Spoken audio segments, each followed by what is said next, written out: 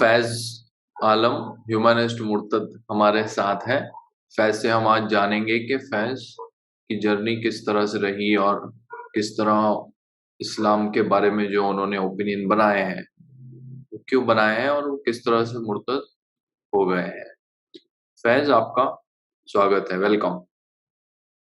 शुक्रिया अलमोशा जी।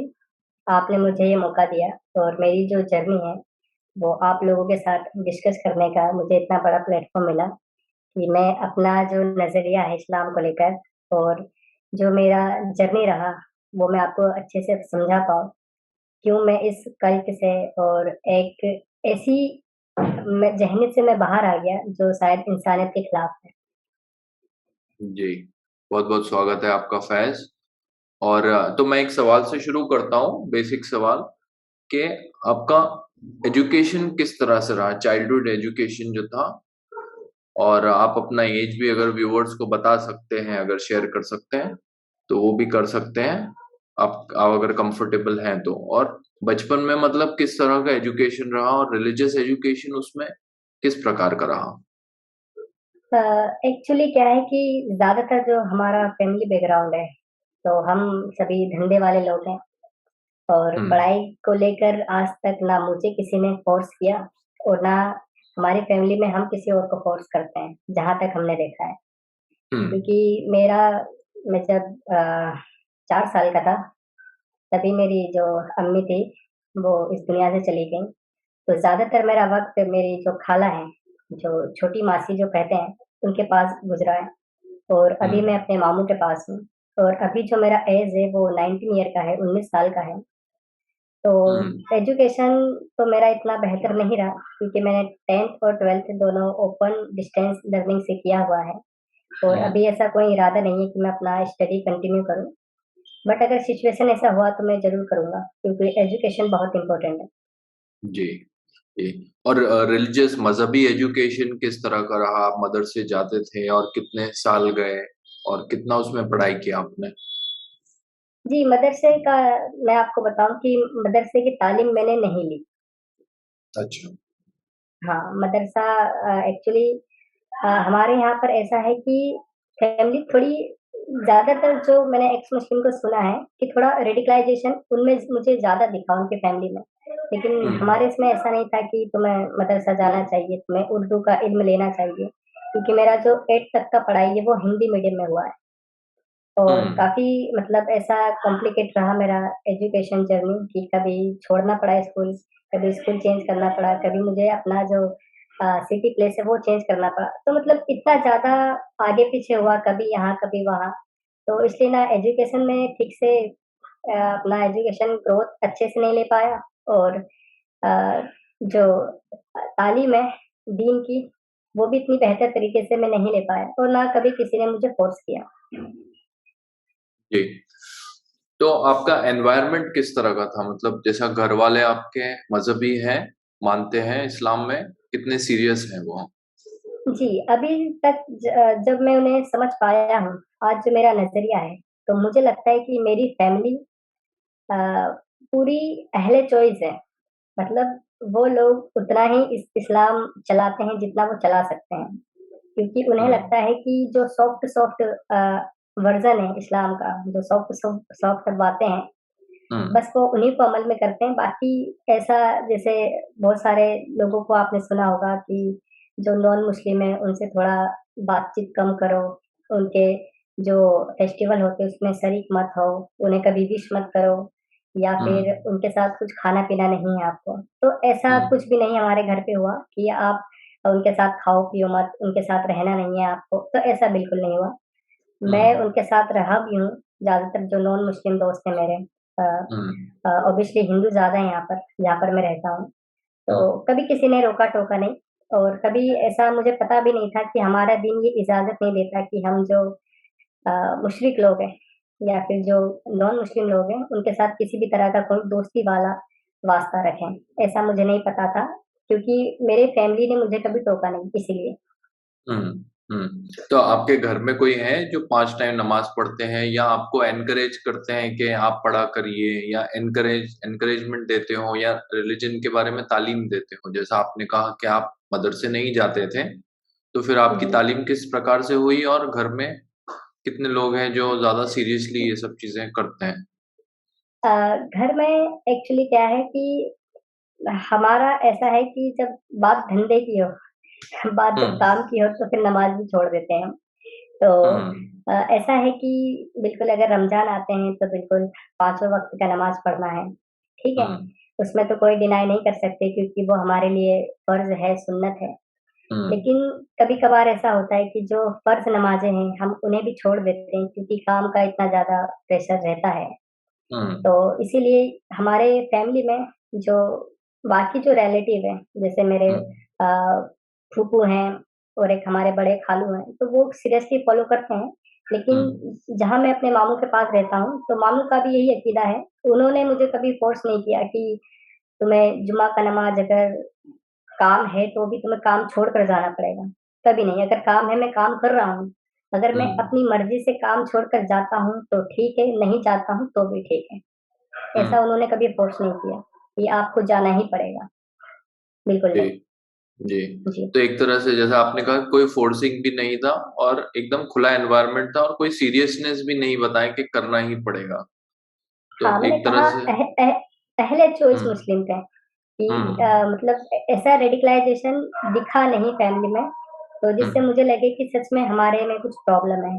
मुझे लगा कि हुँ, हम तो बहुत बेहतर हैं और हमारा दीन भी बहुत बेहतर है, जितना जी, खुला माहौल है। जो लोग कहते हैं कि इस्लाम बंदिश लगाता है लोगों पर, तो ऐसा तो कुछ भी नहीं दिखा। जी, जी। तो फिर जैसा आप जब छोटे थे, अभी भी आप काफ़ी यंग हैं, पर आपकी क्या अंडरस्टैंडिंग थी? मतलब आप इस्लाम को क्या समझते थे जब आप बड़े हो रहे थे? इस्लाम एक्चुअली क्या है कि हमने कभी कुरान का मुताला नहीं किया, क्योंकि हुँ, जो तकरीरों में सुनते थे, किसी भी मौलवी हज़रात को जब हमारे यहाँ दावत दी जाती है कि आप आइए और लोगों को बताइए कुछ दीनी बातें, तो बस हुँ, उन्हें सुनना और सुनते हुए बीच में फ़ोन चलाना क्योंकि ध्यान तो कहीं और होता है। तो इसीलिए क्योंकि जो ऊपरी-ऊपरी बातें हैं, जैसे कि ईमानदारी से रहो, लोगों का मदद करो, हो सके तो खैरात दो, पड़ोसी का हेल्प करो, हुँ, सच बोलो, किसी के साथ बेईमानी मत करो, धोखा मत दो। तो ये अच्छी-अच्छी बातें पता थी और हुँ, प्यारे नबी के बारे में भी जो अच्छी-अच्छी बातें हैं कि नबी की क्या सुन्नत है, नबी क्या करते थे, सोते वक़्त वो कौन-सा अपना जो है सदका पढ़ते थे, सोते सोते वक़्त उनका क्या तरीका होता था, तो हुँ, और खाना खाते वक़्त क्या उनका तरीका होता था, तो ये सारी बातें बताई जाती थी। हुँ, लेकिन फिर भी हम उन चीज़ों को अमल में नहीं ला सकते थे, क्योंकि ये सारी चीज़ें सुनने को अच्छी लगती हैं। हुँ, क्योंकि मुझे नहीं लगता कि जब मैं जब सूरा फ़ातिहा मैं पहले पढ़ता था और आज जब मैंने असली वर्ज़न देखा कि सूरा फ़ातिहा का जो अ, अल्फ़ाज़ों का जो मीनिंग है और किस तरह से हुँ, पढ़ा जाता है, तो मुझे आज पता चला कि मैं तो पहले गलत ही पढ़ता था और ना मुझे पहले किसी ने रोका-टोका। हुँ, जैसे सूरा फ़ातिहा हम जैसे पढ़ते हैं तो मैं पहले इस तरह से पढ़ता था, मैं आपको बता देता हूँ। जैसे स्टार्टिंग जो होता है औज़ु बिल्लाहि मिनश शैतानिर रजीम बिस्मिल्लाहिर रहमानिर रहीम अल्हम्दुलिल्लाहि रब्बिल आलमीन अर्रहमानिर रहीम मालिकि यौमिद्दीन इय्याका नअबुदु व इय्याका नस्तईन।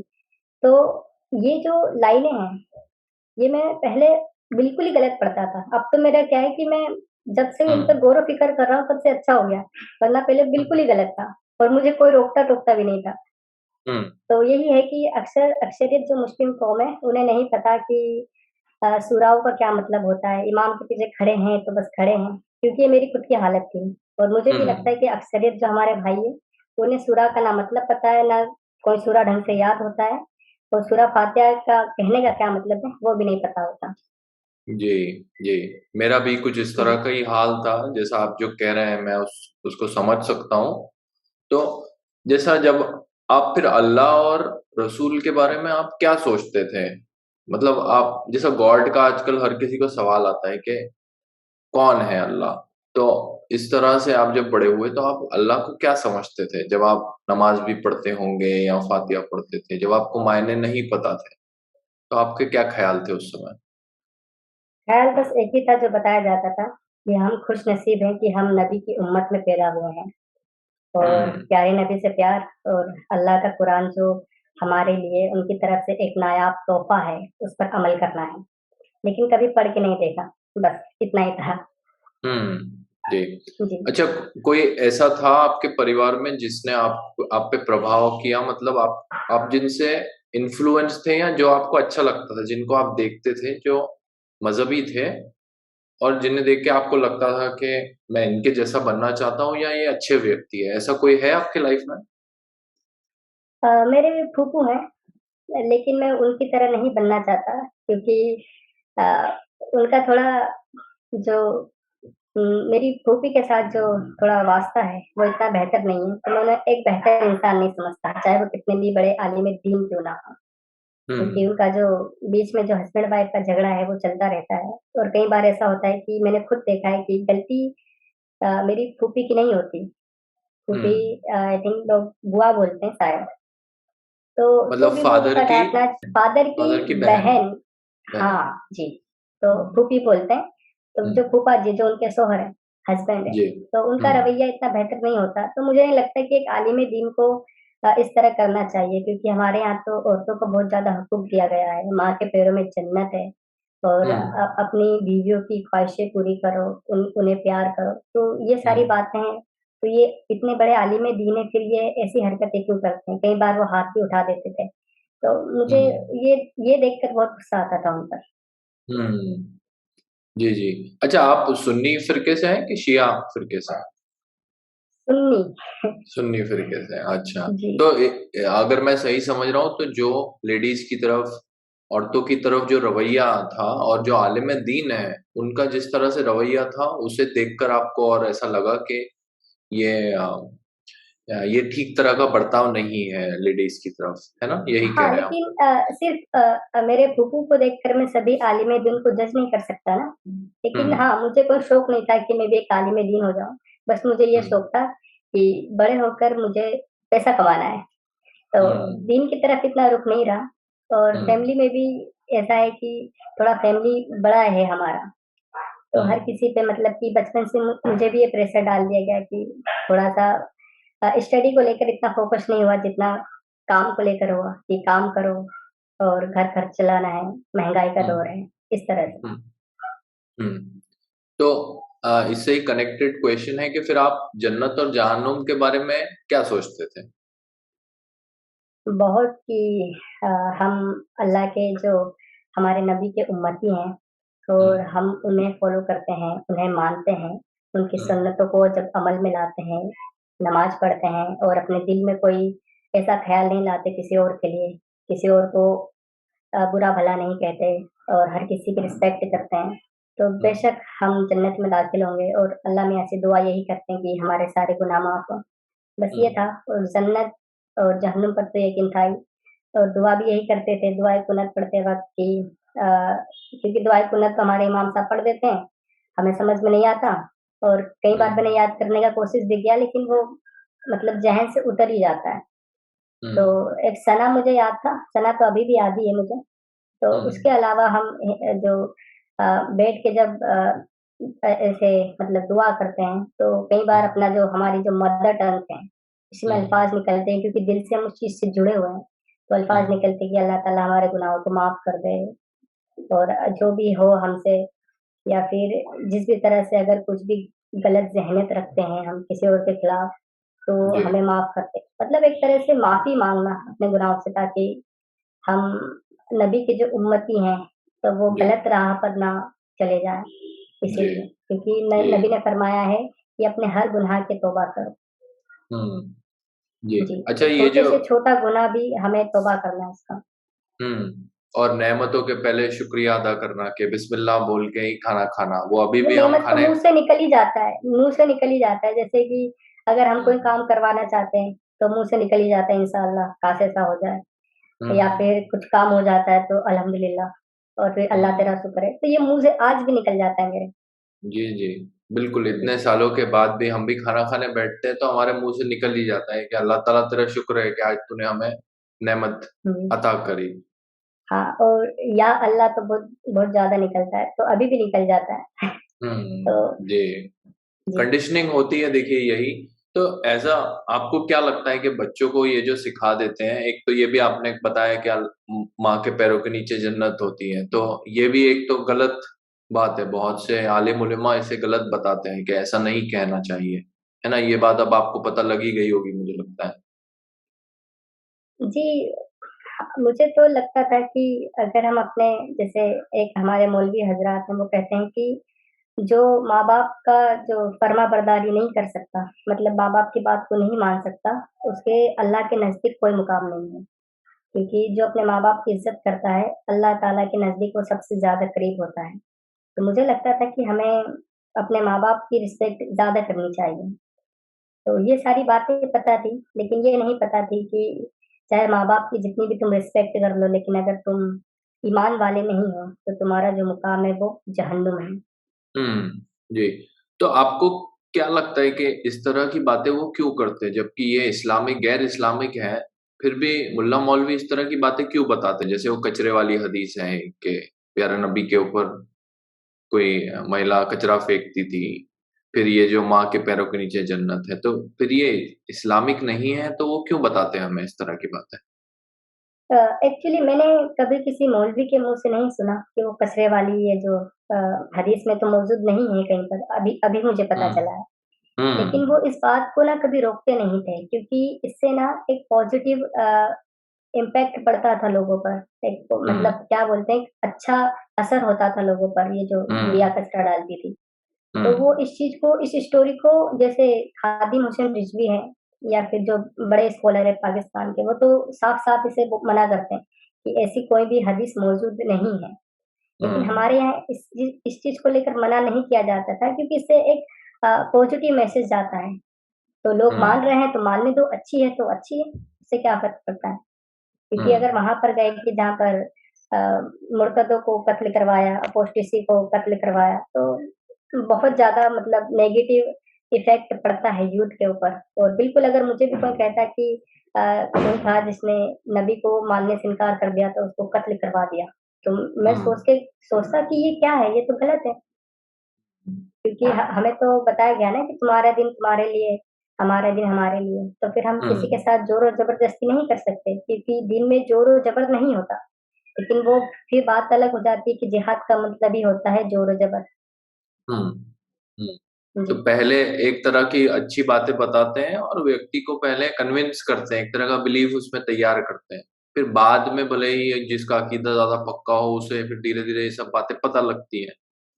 फिर ये भी बहुत है कि दूसरों दूसरों ने जो दबाव मुसलमानों पे बनाया या इस्लाम को ख़त्म करने की कोशिश, इसकी वजह से ही जिहाद इस तरह का रूप लेता है, जिस तरह का वो लेता है। तो फिर बाद में वो व्यक्ति बदल जाता है एक तरह से। तो इसलिए पहले अच्छा अ बताओ, मीठा मीठा खिलाओ और फिर बाद में ही उसे कड़वा जो देना है वो बाद में दिया जाएगा।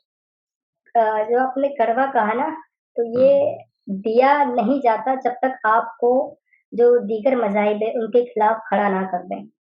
हमारे यहाँ पर जो दीगर मज़ाहिब हैं, हुँ, स्पेशली अब मैं कहूँगा तो ये पॉलिटिकल ना हो जाए, हिंदुइज़्म पर बहुत ज़्यादा तनकीद होता है कि हुँ, हिंदू लोग का कोई ईमान धर्म नहीं है, ये किसी हुँ, को भी भगवान मान लेता है, किसी भी वक़्त ये मंदिर में घंटा बजाने लग जाता है। और हुँ, मतलब कुछ भी, ये इन्हें कुछ भी अगर बोलो कि तुम ऐसा और ऐसा कर लो, तुम इस खुदा को मान लो, तो वो मानने लग जाते हैं। तो उन पर बहुत ज़्यादा मतलब मज़ाक उड़ाया जाता है कि ये सबसे बड़े शिर्क शिर्क शिर्क फरदार हैं ये। मतलब हुँ, ये जो जितना शिर्क करते हैं उतना कोई नहीं करता। हुँ, तो मुझे मतलब फिर लगता था कि हिंदुइज़्म का कॉन्सेप्ट या फिर हिंदू लोगों का जो ये जो अकीदा है ये गलत है। तो हुँ, वैसे ही हमारे यहाँ पर जो हिंदू पॉपुलेशन ज़्यादा है, तो वो हुँ, लोग ख़ासकर इस्लाम पर तनकीद करते हैं। वो लोग मतलब मेरे जो हिंदू दोस्त थे वो मुझे चिढ़ाते हैं। अभी भी हुँ, जिनको नहीं पता है, एक ही फ्रेंड को मेरे पता है कि मैं इस्लाम से बाहर आ चुका हूँ। वरना हुँ, अभी भी मेरे पास ऐसे मैसेज आते हैं।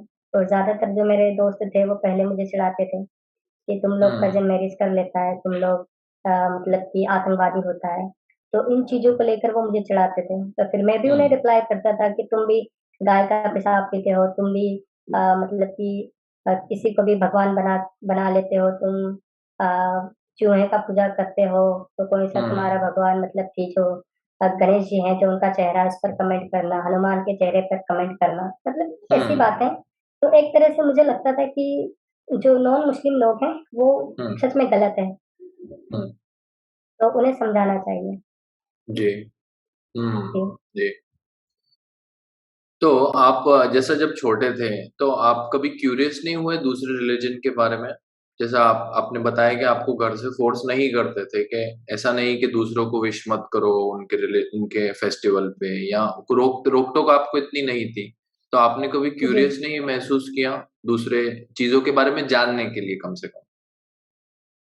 अ, नहीं, क्योंकि मुझे लगता था कि बचपन से इतनी बातें होती हैं दीगर मज़ाहिबों के बारे में कि हुँ, ख़ासकर हमारे यहाँ पर शियाओं पर तो सीधा फ़तवा ये है कि ये लोग बिल्कुल ही ख़ारिज हो चुके हैं।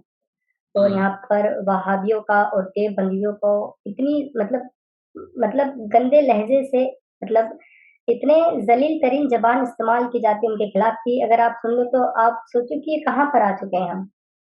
हुँ, जैसे गली के जो गुंडे लड़ते हैं ना, इस तरह से तकरीरें होती हैं। हुँ, तो हाँ, तो मतलब कि फिर ना एक नेगेटिव इफ़ेक्ट क्रिएट होने लगता है माइंड में कि सच में ये जो बाकी के जो नॉन मुस्लिम है वो गलत हैं, शिया लोग गलत हैं, ये वहाबी लोग गलत हैं, देवबंद हुँ, भी गलत हैं। ऐसा मतलब कि क्रिएट होने लग जाता है माइंड में कि अब ये सारे गलत हैं, हम सही हैं, तो हमें इन्हें सही रास्ते पर लाना है, बस। हुँ। जी।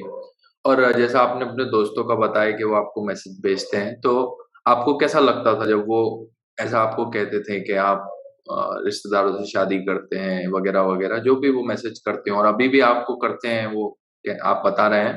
तो पहले आपको जी। किस तरह से लगता था और अब मुर्तद बनने के बाद आपको किस तरह से लगता है?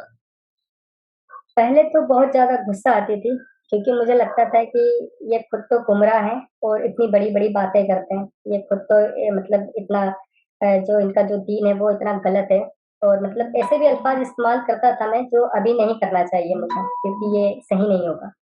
हुँ, तो एक तरह से बोल सकता हूँ कि मैं गाली का भी इस्तेमाल कर लेता था कभी-कभी हुँ, उनके दीन के ऊपर। लेकिन हाँ, हुँ, उन्हें मैं कुछ नहीं कह सकता था, क्योंकि ज़ाहिर-सी बात है यहाँ पर उनकी तादाद ज़्यादा है, तो मैं दिल हुँ, में उन्हें बहुत ज़्यादा कोसता था। तो हुँ, अब ऐसा लगता है कि जब वो मेरे दीन पे कमेंट करते हैं, तो मुझे तो हँसी आता है। हुँ, लेकिन हाँ, जब वो अपने आप को सुपीरियर बताते हैं, तब मुझे हुँ, अफ़सोस होता है, गुस्सा भी आता है, कि अगर कोई बोले कि इस्लाम गलत है, तो मुझे अब इतना बुरा नहीं लगता। लेकिन अगर वो अपने दीन को सुपीरियर बताते हैं, तो फिर मुझे अफ़सोस भी होता है और गुस्सा भी आता है। हुँ। जी। जी। अच्छा ये जैसा बचपन में आपको क्या लगता है कि बचपन में अगर बच्चे को मज़हब सिखा दिया जाए, तो क्या उसके दिमाग पे असर पड़ जाता है? और फिर वो असर का उसके भविष्य पे, उसके फ्यूचर पे क्या उसका प्रभाव पड़ता है? क्या इन्फ्लुएंस करता है? अगर उसे बचपन से ही मज़हब मज़हब की तालीम दे दी जाए या मज़हब की बातें उसके ज़हन में डाल दी जाए? जी। एक्चुअली क्या है कि हम लोगों को अ, ज़्यादातर अक्सरियत जो मुस्लिम कौम है, उन्हें यही समझाया जाता है कि ज़िंदगी का मतलब इस्लाम है। हुँ, इस्लाम ही ज़िंदगी है। बाकी जो दीगर मज़ाहिब है, उनके लिए शायद वो उनकी ज़िंदगी का एक हिस्सा हो सकता है, सिर्फ़ एक हिस्सा, कि हुँ, जैसा मर्ज़ी चाहे वो इस्तेमाल कर लें, वरना नहीं भी करें, उन पर इतना रोक-टोक नहीं होता। लेकिन हाँ, हुँ, जो अक्सरियत मुस्लिम कौम है, उन्हें अपना जो अकीदा है, अपना जो ईमान है, अपना जो इस्लाम है, उसे अपना ज़िंदगी बनाकर चलना पड़ता है। तो इसीलिए वो अपने बच्चों की भी ज़िंदगी खराब करते हैं कि वो उन्हें भी उसी राह में झोंकते हैं कि शायद वो जन्नत जाएगा, शायद वो अल्लाह के सबसे ज़्यादा नज़दीक होगा। लेकिन वो हुँ, ऐसा करके उसे इस दुनिया से दूर कर देते हैं, क्योंकि हुँ, अल्लाह ताला खुद कुरान में फरमाते हैं, जब मैंने कुरान का मुताला किया, कि हुँ, दुनियावी ज़िंदगी आखिरत के आगे कुछ नहीं है, दुनियावी ज़िंदगी बेकार है। तो हुँ, हर मुसलमान का यही अकीदा है कि जितना हो सके वो अपने अकीदे पर कायम रहे और अपना जन्नत का टिकट कटवा ले। तो इसी कोशिश में वो लगा रहता है, और हर माँ-बाप यही चाहते हैं कि उसका बच्चा जो है वो जन्नती हो, अल्लाह के नज़दीक हो, नबी की उम्मत को फ़ॉलो करे। तो इसलिए वो उसे दीन की तालीम दिलवाते हैं। जी।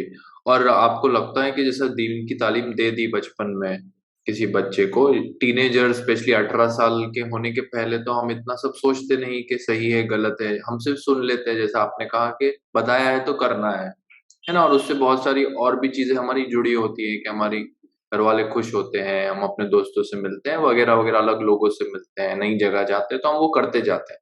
तो क्या उनका फ्यूचर भी इससे इफ़ेक्ट होता है? क्या उनके फ्यूचर पे असर पड़ता है ये सब चीज़ों का? कि एक्चुअली क्या है कि जहाँ तक मैं समझा कि इंसान 2 नाव पर सवारी नहीं कर सकता।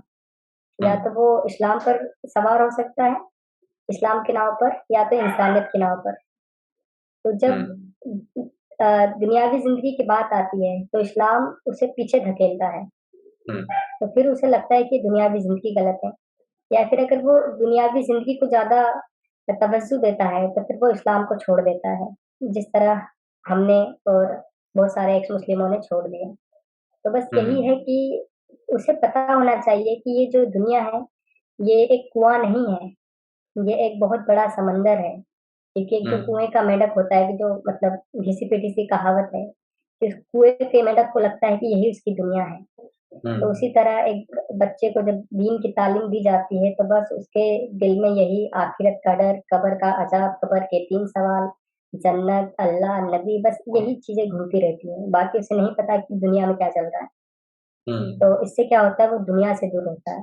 तो जब वो दुनिया से दूर होता है तो दुनिया को गलत समझता है। तो जब वो दुनिया को हुँ, गलत समझता है, तो फिर वही जिद्दोजहद, जिहाद-ओ-किताल। हुँ, जी। अच्छा, आपके बचपन में कोई कोई सपना आपका रहा कि मैं बड़ा होके कुछ बनूँ या किस तरह से मैं बनूँ बड़ा होके? ऐसा कोई बड़ा सपना होके याद तो आता है आपको? एजुकेशन तो अब इतना अच्छा नहीं मिला लेकिन बस मैं ये चाहता था कि अ, हमारे जो छोटे खालू हैं, उनका काफ़ी मतलब अच्छा कारोबार है। तो हुँ, मैं चाहता था कि मैं उन्हें बिज़नेस में उन्हें उन्हें कॉम्पिटिट करूँ मैं, उन्हें हुँ, पीछे छोड़ दूँ। उनसे मेरा हमेशा हुँ, ये रहता है कि मैं आपको एक दिन पीछे छोड़ दूँगा। हुँ, जी। जी, जी। तो कोई इस तरह का सपना नहीं था कि बहुत से लोग आजकल ज़्यादातर तो हम लोग यही सपने देखते हैं कि डॉक्टर बन जाए, इंजीनियर बन जाए, कोई बोलता है पायलट बन जाए, कोई कहता है कि चार्टर्ड अकाउंटेंट बन जाए। इस तरह का कोई मेमोरी आपको ध्यान है, जिसमें आपको लगता था कि मैं बड़ा होके ये बन जाऊँ? इसमें तो जैसा व्यवसाय बिज़नेस एंगल आता है, जैसे आप खालू की जो बात कर रहे हैं आपके, कि बड़ा होके हुँ, मैं पैसे पैसे कमाऊँ। पर वो पैसा जी। क्यों मैं कमाऊँ? यह भी एक सवाल है ना, क्या क्या होगा पैसा कमा के? ऐसा ऐसा है कि हमारे जो घर का माहौल है, तो इसमें थोड़ी-सी किल्लत सी रही है हुँ, और छोटी-छोटी चीज़ों के लिए जब मतलब आप समझ सकते हो कि वहाँ पर कॉम्प्रोमाइज़ करना पड़े एक छोटी-सी चीज़ के लिए, तो हुँ, ऐसा लगता है कि सबसे बड़ी ज़रूरत तो पैसा ही है। लेकिन हुँ, अब हालात ऐसे नहीं हैं, जब मैं छोटा था तब ऐसा था, लेकिन अब जब से हमारा जो मतलब काम है वो थोड़ा जम चुका है, हुँ। अभी कुछ 6-7 सालों में, हुँ, तो अब इतना वो नहीं होता।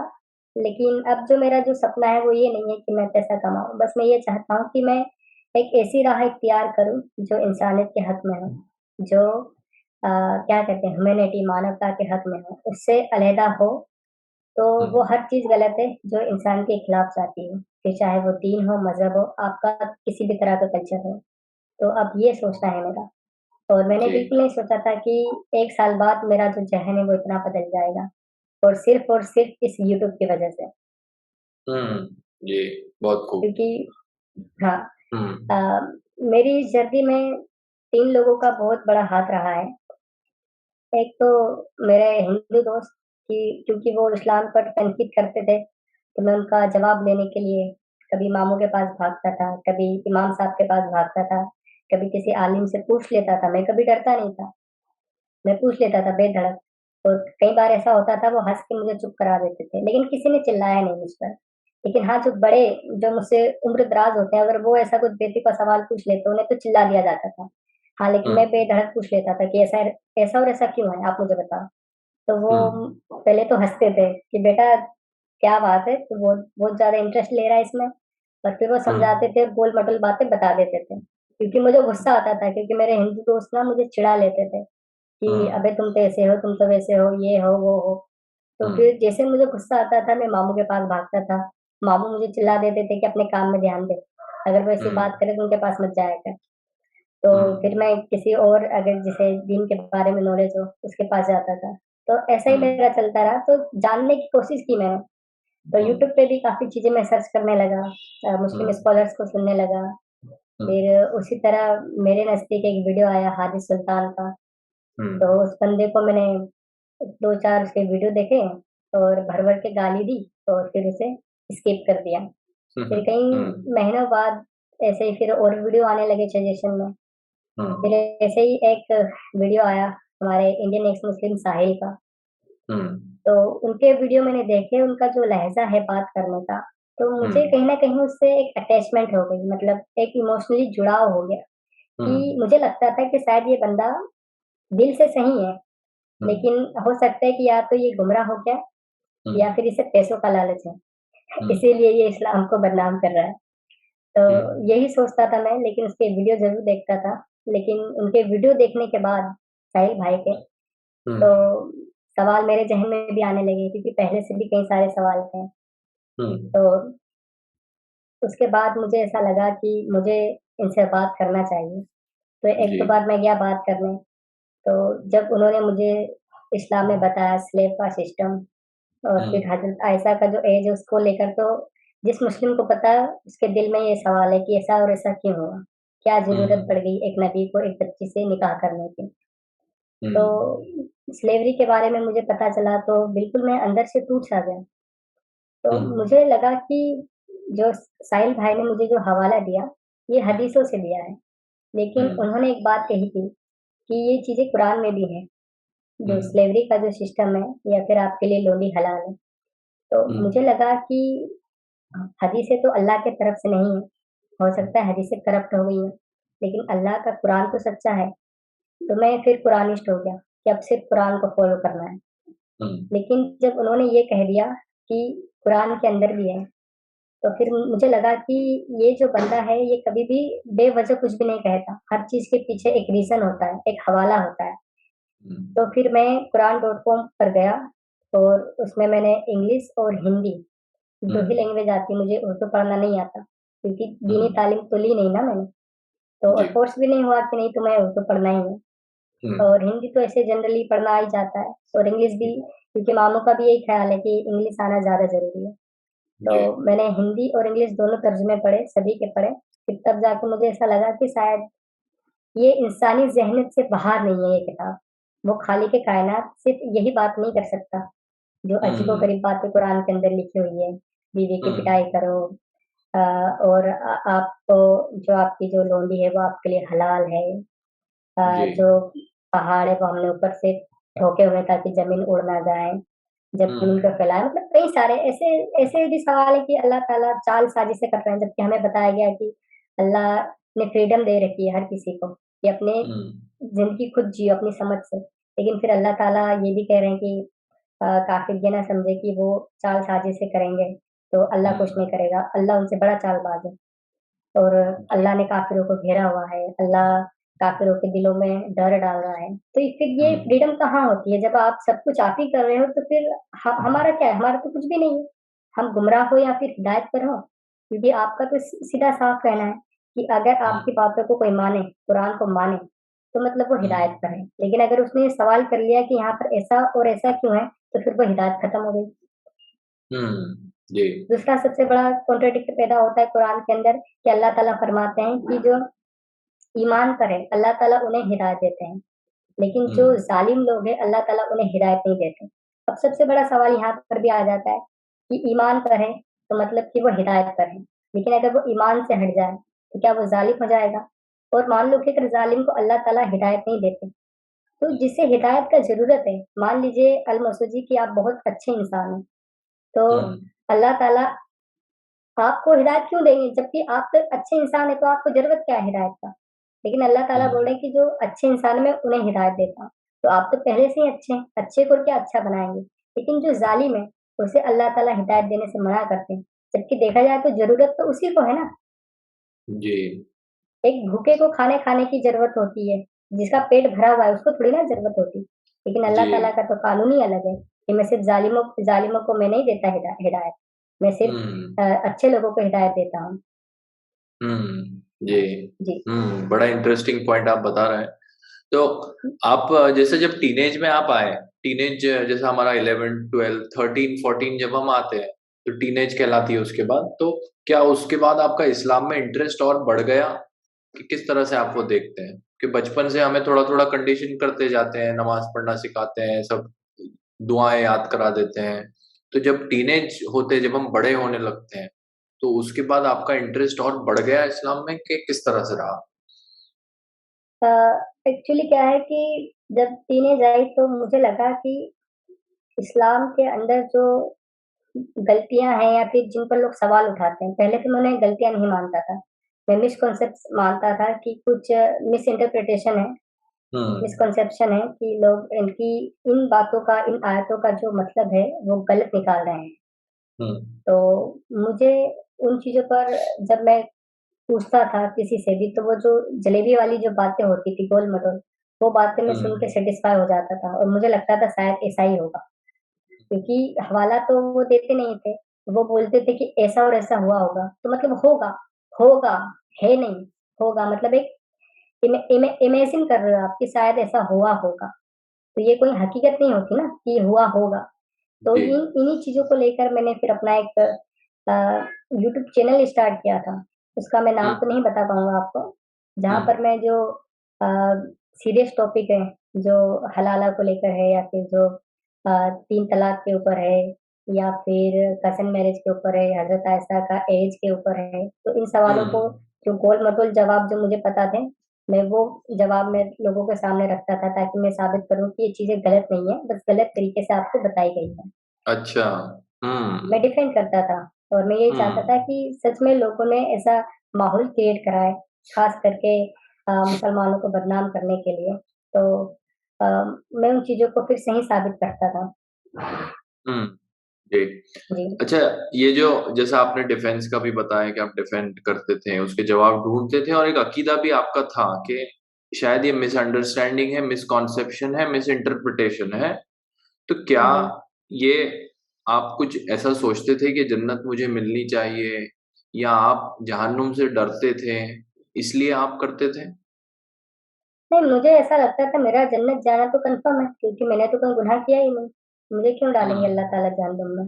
मेरा हुँ, तो मुझे लगता था कि मैं जहन्नुम तो जा ही नहीं सकता, मैं तो अच्छा इंसान भी हूँ, मैं तो नमाज़ भी पढ़ता हूँ, मैं नबी से प्यार भी करता हूँ और लोग जो हुँ, इस्लाम को बदनाम करते हैं, उनके खिलाफ भी बात करता हूँ और उनको गलत साबित करता हूँ, तो मैं क्यों जहन्नुम में जाऊँगा?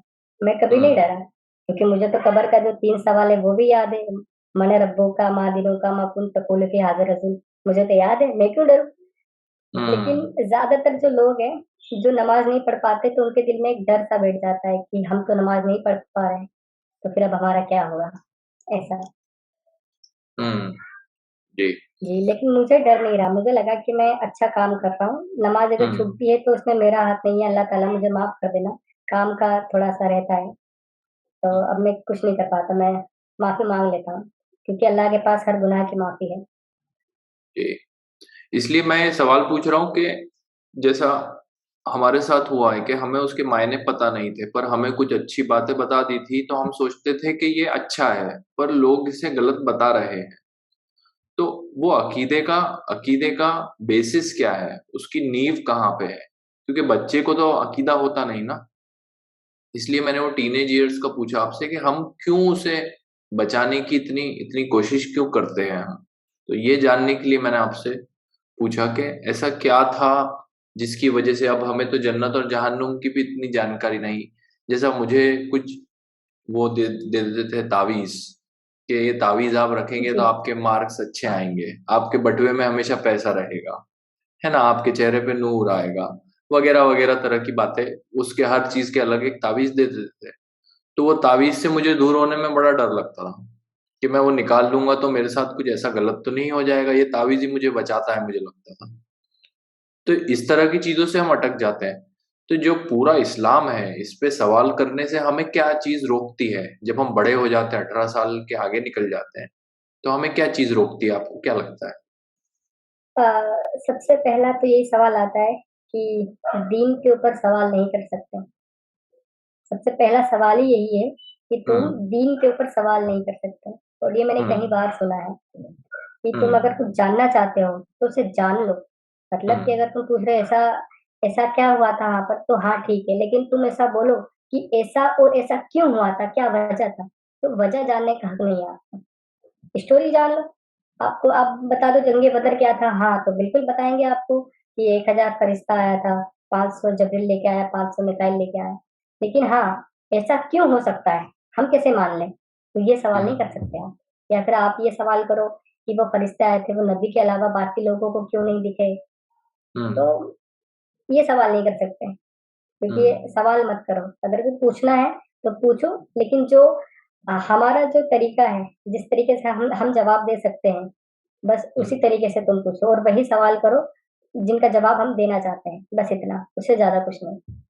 हुँ, और जी, डर बहुत ज़्यादा होता है लोगों में, हालाँकि जो हुँ, दिन में ज़्यादा घुसता है, उसका डर हुँ, उतना बढ़ता है, क्योंकि कब्र का भी डर है, जहन्नुम का भी हुँ, डर है, हुँ, और फिर जो 5 फ़र्ज़ हैं इस्लाम में, जो भी है, रोज़ा है, अपना कलमा है, नमाज़ है, खैरात है, हुँ, तो इन चीज़ों का भी डर होता है, अगर ये नहीं कर पा रहे हैं, तो फिर क्या होगा हमारा? और हुँ, कभी ऐसा कुछ ख़्याल आ जाए कि अल्लाह आपने मेरे साथ ऐसा क्यों कर दिया? तो इस चीज़ से हुँ, भी डर लगता है कि अल्लाह कहीं नाराज़ ना हो जाए। तो हुँ, छुट-पुट इतने डर होते हैं, क्योंकि जो सच में जो इस्लाम के अकीदे पर है, उसे पता होता है कि क्या करना इस्लाम में हराम है और क्या क्या करना अ, हलाल है। तो हमें हुँ, क्या है कि हमें तो पता ही नहीं था कि क्या हराम है, क्या हलाल है, इसलिए हम जो भी है वो करते जा रहे हैं। लेकिन जो सच में हुँ, इस्लाम के अंदर घुसा हुआ है, तो वो अपने कानों को ऐसे उँगलियों से दबा लेता है अगर कोई गाने की आवाज़ आती है। मैंने हुँ, ऐसे मौलवी देखे हैं कि अगर हुँ, म्यूज़िक की आवाज़ आती है तो अपने कानों को ऐसे कर लेते हैं, तौबा कर लेते हैं कि अल्लाह, मैं अब कुछ नहीं कर सकता, ये जो मौसीकी की धुन है ये खुद मेरे पास आ रही है। फिर हुँ, वो कानों से उँगली हटाता है कि हुँ, पहले गुनाह की माफ़ी माँग ली, उसके बाद उँगली उठाना है कि अब आवाज़ अगर कानों में जाए तो कोई फ़र्क नहीं पड़ता, माफ़ी तो माँग हुँ, ली। हुँ, तो ये है, अगर इस्लाम के अकीदे से चलो तो आप मैं बोलता हूँ कि आप अपने कमरे से बाहर नहीं निकलोगे, आपको लगेगा कि मैं अगर कमरे से बाहर पैर रखा तो हुँ, गुनाह हो जाएगा, कुछ ना कुछ हो ही जाएगा मेरे साथ। जी, हुँ, जी। जी, तो ये जो आपने एक बड़ी इंटरेस्टिंग बात कही कि डर जितना ज़्यादा हम मज़हब में जाते जाते हैं, उतना ही हमारा डर बढ़ता जाता है। तो जी, आपको क्या लगता है आप मुझे नहीं पता आपने इस सवाल के बारे में कितना सोचा पर क्यों ये मरने की इतनी बात क्यों करते हैं मोमिन? हमें हमारी स्ट्रीम पे भी हम देखते हैं, साहिल भाई की स्ट्रीम पे भी आपने देखा होगा कि कमेंट में भी लिखते हैं कि आपको मरने के बाद सब पता चल जाएगा। आखिरत के दिन से बहुत डरते हैं, है ना? तो क्यों इतना इतना डर क्यों होता है? और ज़िंदगी अभी क्यों नहीं जीते? मरने का, जन्नत और जहन्नुम के बारे में क्यों इतना सोचते रहते हैं? जी, एक्चुअली क्या है कि हमें इसलिए डर नहीं लगता, क्योंकि हमें पता है कि अगर वो खुदा हो भी, क्योंकि आपका अकीदा क्या है, मेरा अकीदा क्या है, लेकिन फिर भी जो कुरानी अल्लाह है, हम उसकी बातों में नहीं आते, हमने उसे हुँ, छोड़ दिया, क्योंकि हमें हुँ, बिल्कुल इलॉजिकल लगा। क्योंकि हुँ, कुरानी अल्लाह फरमा रहे हैं कि दुनियावी ज़िंदगी में दिल मत लगाओ। हुँ, तो इसीलिए हर मोमिन का जो अकीदा है वो बस आखिरत पे जाके टिक जाता है, कि हुँ, असल तैयारी हमें आखिरत की करनी है। तो इसलिए डर रहता है, जैसे एक बच्चे को एग्ज़ाम का डर रहता है कि अभी टेस्ट में चाहे मुझे टीचर कितने भी नंबर दे दें, उससे हुँ, डर नहीं है, डर क्या है, बोर्ड एग्ज़ाम से है, हुँ, ठीक है? क्योंकि वो मेरे आगे का जर्नी तय करेगा। हुँ, लेकिन आगे क्या होगा उसे नहीं पता, हो सकता है कि वो आगे बच्चा ना पढ़ पाए, या फिर हो सकता है कि वो पढ़ाई के अलावा किसी और चीज़ में आगे चले जाए। उसे नहीं पता कि कल क्या होगा। लेकिन हुँ, हमारे दिल में जो आखिरत का डर है कि हुँ, आखिरत के बाद उस वक़्त फैसला होगा, क्योंकि हुँ, हमारे यहाँ बताया जाता है कि अगर आपने कुछ गलत देखा तो आँखें गवाही देंगी, कि अल्लाह हुँ, ताला इसने इन आँखों को यानी मुझे गलत तरीके से इस्तेमाल किया और गलत चीज़ों को देखा।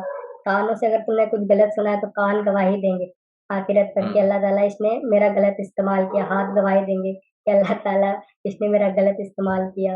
अगर हुँ, आपने किसी चीज़ के साथ बुरा किया तो वो चीज़ आपके खिलाफ गवाही देगी। तो मतलब हुँ, हर जगह मतलब डर ही डर है। हुँ, अगर सोच लीजिए कि आपने यूट्यूब खोला और मान लीजिए कि आपको कुछ सडनली कुछ ऐसा आ गया जो इस्लाम के अकीदे के खिलाफ है, तो फिर आपको डर बैठ जाएगा कि मेरी आँखों ने ये चीज़ देख ली है, तो मुझे तौबा हुँ, करना चाहिए, वरना मेरी आँखें हुँ, गवाही देंगी। जी। हुँ। जी, जी। और क्या आपको ऐसा भी लगता था ये जो डर का एक कारण ऐसा भी होता है कि जैसा आपने बताया कि दूसरे गैर मज़ाहिबों के बारे में काफ़ी बातें करते हैं। तो क्या आपको ऐसा भी लगता था कि इस्लाम पे तनकीद करने वाले एक तरह के ज़ालिम हैं, बहुत ज़्यादा ज़ुल्म कर रहे हैं दूसरों पे और हम जैसा बता रहे हैं कि हम लोगों को पता ही नहीं था ये सब बातें हैं इसके अंदर, तो हम फिर ये सोचते हैं कि क्यों ये इस तरह का झूठ फैला रहे हैं इस्लाम के बारे में। अभी भी यहाँ बहुत से लोग मोमिन कमेंट यही करते हैं कि आप जहर फैलाते हैं, आप झूठ बोलते हैं। हम जो कह रहे हैं उन्हें वो यकीन ही नहीं होता है कि उस तरह की चीजें इस्लाम में हो सकती है, क्योंकि वो इस्लाम की एक अच्छी छवि बनाते हैं। तो क्या आपको भी ऐसा लगता था कि ये जो दूसरा जो इस्लाम पे तनकीद कर रहे हैं, अलग अलग बातें कर रहे हैं या उसे गलत बता रहे हैं, क्या वो जुल्म कर रहे हैं, कुछ तरह के जालिम हैं? जी, बिल्कुल। और बिल्कुल मैं तो समझता था कि ये वो गुमराह लोग हैं, जो हम्म। किसी और को भी अपने साथ जहन्नम खींच के लेके जाएँगे। हम्म। क्योंकि इस्लाम का अकीदा बताया जाता है कि 2 जमा 2 मतलब 4।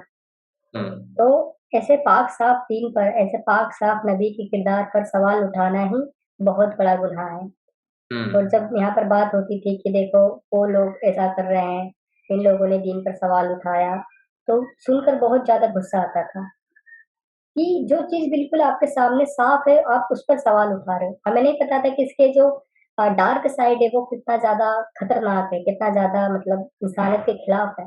बट हमें बिल्कुल। लगता था कि जो पॉजिटिव साइड हमें बताया गया यही असल इस्लाम है, यही हम्म। असल नबी का किरदार है। तो बस उसी को लेकर हम डिफेंड करते थे। और जब आपके सामने किसी भी शख्स की अच्छी-अच्छी बातें रख दें हम्म। और मैं आपको कहूँ कि अब बताओ ये शख्स कैसा है? तो आप कहोगे कि जब अच्छी-अच्छी बातें आपने रखी है, तो अच्छा ही होगा। लेकिन हम्म। अगर मैं फिर उसकी बुराइयाँ आपको गिनवाऊँ, तब आप कहोगे ना कि ये नहीं यार, ये तो सच में बुरा आदमी है। तो हम्म। बुराइयाँ आपके तक पहुँचाई नहीं जाती। हम्म। अभी हम्म। हमारे जो यहाँ के स्कॉलर हैं इंडिया के, एक आई थिंक पेज सईद नाम है उनका, ठीक है? उन्होंने बच्चों को ये मैनिपुलेट किया कि हमारे नबी ने फरमाया कि एक बंदे ने प्यासे कुत्ते को पानी पिलाया, तो नबी ने फरमाया कि अल्लाह तुम्हारे लिए जन्नत में एक बेहतर मुकाम रखेगा, क्योंकि हम्म। तुमने प्यासे कुत्ते को पानी पिलाया। लेकिन हम्म। सही अल बुखारी में ही कई सारी ये रिवायात मौजूद है कि हमारे नबी ने हम्म। कुत्तों को मरवाया। नबी ने काले हम्म। कुत्तों को शैतान कहा। नबी ने कहा कि कुत्ते जो हैं उनके उनसे कुत्तों के डर से जो फरिश्ते होते हैं वो घरों में दाखिल नहीं होते हैं। फरिश्तों को हम्म। डर लगता है कुत्तों से। मदीना हम्म। शरीफ से हमारे प्यारे नबी ने कुत्तों को मरवाया। तो हम्म। ये चीज़ें आप देखिए खुद हमारे आज सोशल मीडिया, यूट्यूब इतना आगे बढ़ चुका है, वहाँ पर ये झूठ फैलाया जा रहा है। इसी पर मैंने हम्म। अपना एक वीडियो बनाया था कि बच्चों को हम्म। ये मैनिपुलेट किया जा रहा है कि नबी कितने ज़्यादा मतलब कि इंसान के हक में बात करते थे कि प्यासे कुत्ते को पानी पिलाया मतलब जन्नत में तुम्हारे लिए एक बेहतर मुकाम। लेकिन नबी अगर हम्म। कुत्ते मरवाए तो उस बात को ये लोग नहीं बताते। तो ये हम्म। देखकर तो और ज़्यादा मुझे मतलब गुस्सा भी आता है और तरस भी आता है। गुस्सा ऐसे स्कॉलर पर आता है और तरस उन बच्चों पर आता है कि फिर वो भी आशिक रसूल बनेंगे। और वो भी आपको पता ही है कि हम्म। आशिक रसूल का क्या अकीदा होता है। जी। आशिक रसूल का भी अकीदा पता है और गुस्ताख रसूल की सजा भी पता चल जाती है फिर हमें। जी, बिल्कुल। हम्म।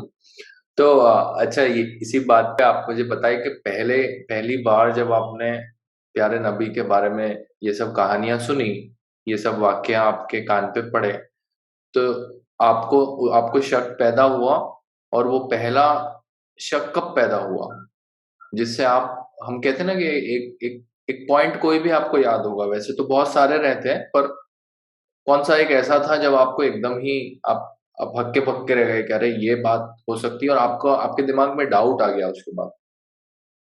जी, जब मैं 14 साल का था, तब मुझे हम्म। पहली बार पता चला कि हम्म।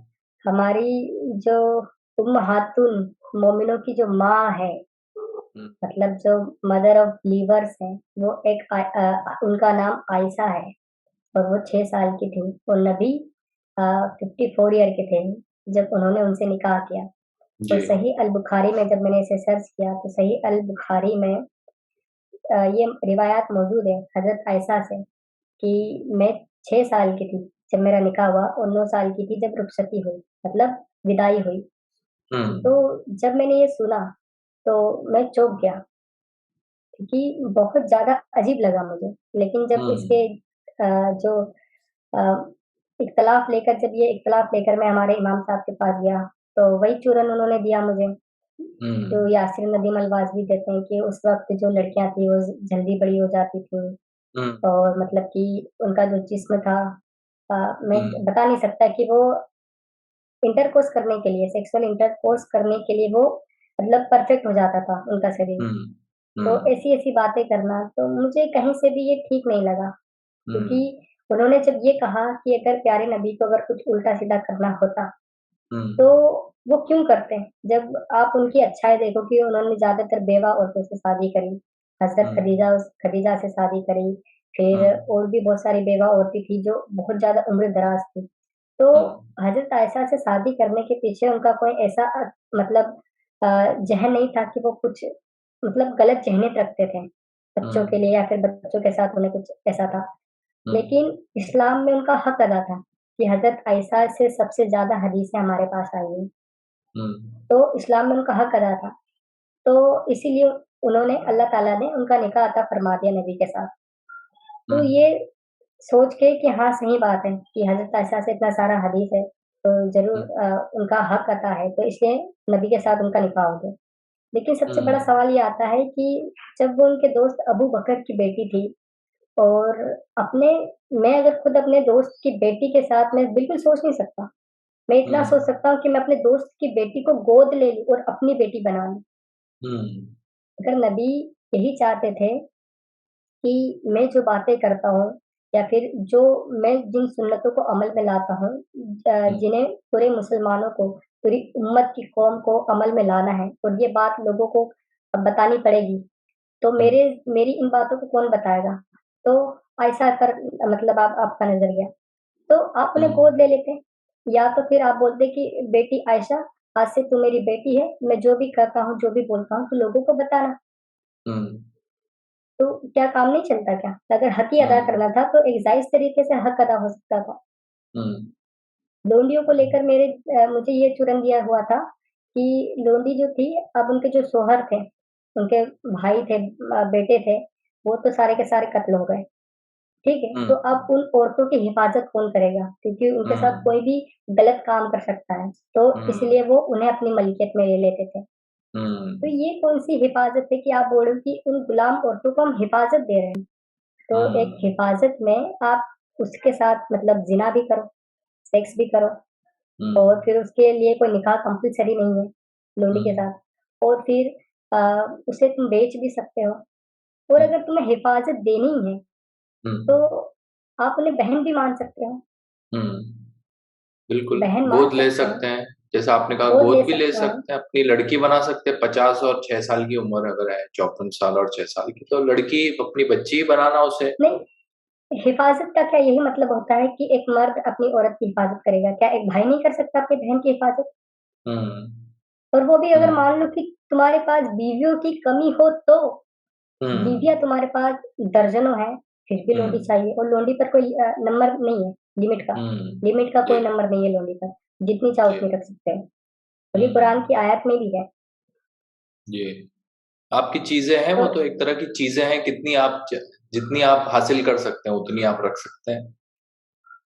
जी, तो ये बकवास करना कि हिफ़ाज़त के लिए हुँ, उन्हें अपनी मलकियत में लेते थे, तो ये हुँ, कौन-सी हिफ़ाज़त है कि आप उनके साथ मज़े भी करो, फिर उन्हें बेच भी दो और गुलामों की पिटाई भी होती थी। अ, 2 काले गुलाम देकर आप एक गोरा गुलाम खरीद सकते हो और नबी एक हुँ, हदीस में फरमाते भी हैं बुखारी शरीफ की कि अपने बीवियों को गुलामों की तरह मत मारो, कोड़ों से मत मारो अपनी बीवियों को गुलामों की तरह। हुँ, मतलब गुलामों को तो मारा जाता था, चाहे बीवियों को छोड़ दो आप।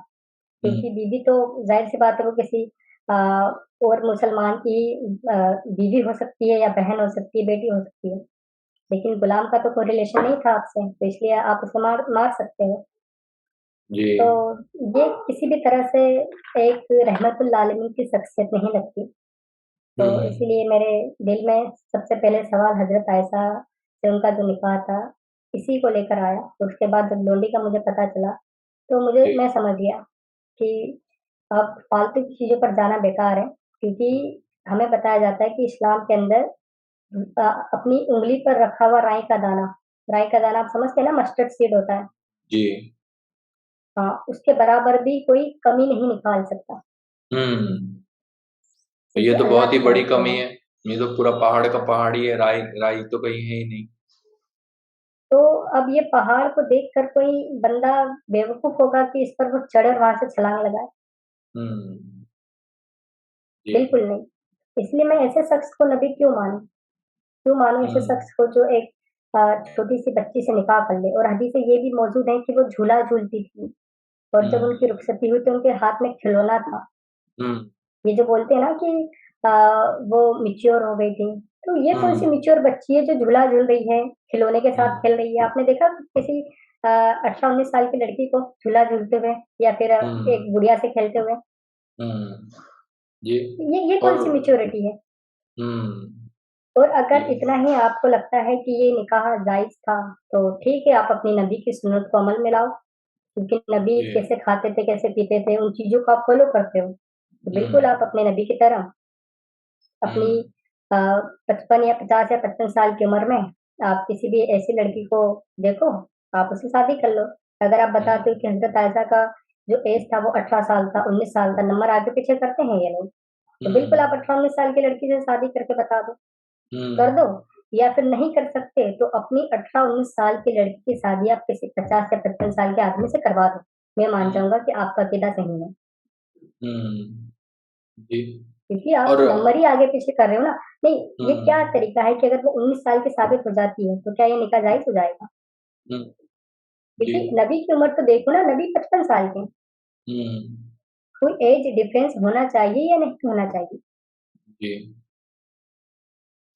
और हमने एक वुमेन के ऊपर इस्लाम में औरतों के दर्जे के ऊपर एक स्ट्रीम किया था, तो उसमें भी उन्होंने बताया था, वो जो वक्त आए थे इकबाल अली बाबा करके आए थे, तो उन्होंने ये भी बताया था कि नबी ने एक जो एकदम छोटी बच्ची है, जो अभी तक पैरों पे चल भी नहीं पा रही बराबर से, उसको देख के भी ये कहा था कि अगर ये बड़ी हो जाएगी थोड़ी तो फिर मैं इससे निकाह करूंगा। तो यह भी, इसका भी रेफरेंस एक जगह मौजूद है ये बात का। और आयशा की तरफ भी, चलिए उसकी हिफाजत के लिए उससे शादी करी, यहाँ तक भी अगर हिफाजत हम के लिए अलमसो जी, ये हम्म। चूरन बहुत पेच आ गया कि हिफाजत के लिए। अबू बकर, हम्म। अगर आप पूरा हदीसों को आप जब मुताला करोगे, तो हम्म। अबू बकर काफी पावरफुल बंदा था और हम्म। हमारे प्यारे नबी से छोटे थे। अब हम्म। आप मुझे एक बात बताओ कि जिसका बाप खुद जवान हो, वो हम्म। अपनी बच्ची की हिफाजत किसी बूढ़े को सौंपेगा? हम्म। मेरी जी। बच्ची है, मान लो कि जैसे मैं फादर बनूंगा, तो मैं अगर हम्म। खुद जवान हूँ, अब तो क्या मैं उसकी हिफाजत के लिए उसके किसी ऐसे शख्स से निकाह करवा दूंगा जो मुझसे भी उम्र में बड़ा है? जी। ये बिल्कुल अकीदा है। नहीं। हम्म। बिल्कुल भी नहीं। जी, आप और अपनी बात आगे कंटिन्यू करें। हाँ, और अबू बकर भी, जो आप कह रहे हैं कि अबू बकर भी कोई छोटे मोटे व्यक्ति नहीं थे वहां के, काफी इन्फ्लुएंशियल व्यक्ति थे वहां के, और नबी के साथ थे तो उनका ऑलरेडी काफी दबदबा रहा होगा, तो फिर क्या कारण रहा, ये भी सवाल बिल्कुल, उठता है। कारण बस एक ही है, और आप भी जानते हो, मैं भी जानता हूँ। हम्म। लेकिन हमारे जो प्यारे भाई हैं, अब क्या है हम्म। कि वो इस चीज को डिफेंड करने में इतने ज्यादा गिर जाते हैं कि वो इंसानियत को भी शर्मसार कर देते हैं। लेकिन हाँ, जब अपनी बहन की, अपनी बेटी की बात आती है तो फिर मुकर जाते हैं। तो उन्हें खुद सोचना चाहिए कि जहां पर आपको लगता है कि ये सही होगा, तो पहले आप अपने आप को रख के देखो और अपने परिवार को रख के देखो कि अगर हम्म। हम, जो बनु कुरैजा का वाकया है या फिर जो भी मुश्रिक कबीले थे या हम्म। पैगन लोग थे, तो आपको हम्म। लगता है कि वो लोग गलत थे, तो उनको कत्ल कर देना जरूरी था, तो औरतों को भी कत्ल कर देते हैं। अगर आप बोलते थे कि औरतें आती थी जंग करने के लिए, तो औरतों को भी हम्म। कत्ल कर दो। लेकिन औरतों को तो आप अपनी लोली बना के रख रहे हो। अगर हम्म। यही तरीका अगर आप पे लागू करे कोई, अगर मान लो कि आप गलत अकीदे पर, क्योंकि इस्लाम तो ये कहता है कि सभी गलत अकीदे पर हैं, बस इस्लाम सही अकीदा है, तो ठीक है, हम्म। आप ये मान लो कि हम गलत अकीदे पर हैं, तो कोई हम्म। ईमान वाला आकर ऐसी हरकतें करे, आपको कत्ल करे और आपकी बहन को, आपकी आपकी बीवी को, आपकी बेटी को, आपकी माँ को अगर इस तरह से वो करें, तो हम्म। आपकी बहन, आपकी बीवी, आपकी माँ, आपकी बेटी मरना पसंद करेगी, लेकिन किसी और की मलकियत में जाना पसंद नहीं करेगी। हम्म। वो यही कहेगी तुम मुझे मार डालो। हम्म। लेकिन आप उसको मलकियत में लेकर उसके साथ ऐसी हरकतें करो, और आप कहते हैं कि वो इसलिए होती थी क्योंकि वो औरतें भी जंग करने आती थी। हम्म। जी। बिल्कुल, जैसा आपने कहा ना कि इंसानियत को शर्मोशार कर देते हैं, इतनी हद तक चले जाते हैं। तो हुँ। ये जो आपको पहला डाउट आ गया, अब हम समझ गए कहाँ से ये शुरू हुआ। फिर कैसे बात आगे बढ़ती गई और फिर इसके बाद क्या-क्या, किस तरह चीज़ें बढ़ी और क्या-क्या सवाल और उठते गए इसके आगे? बताएँ थोड़ा।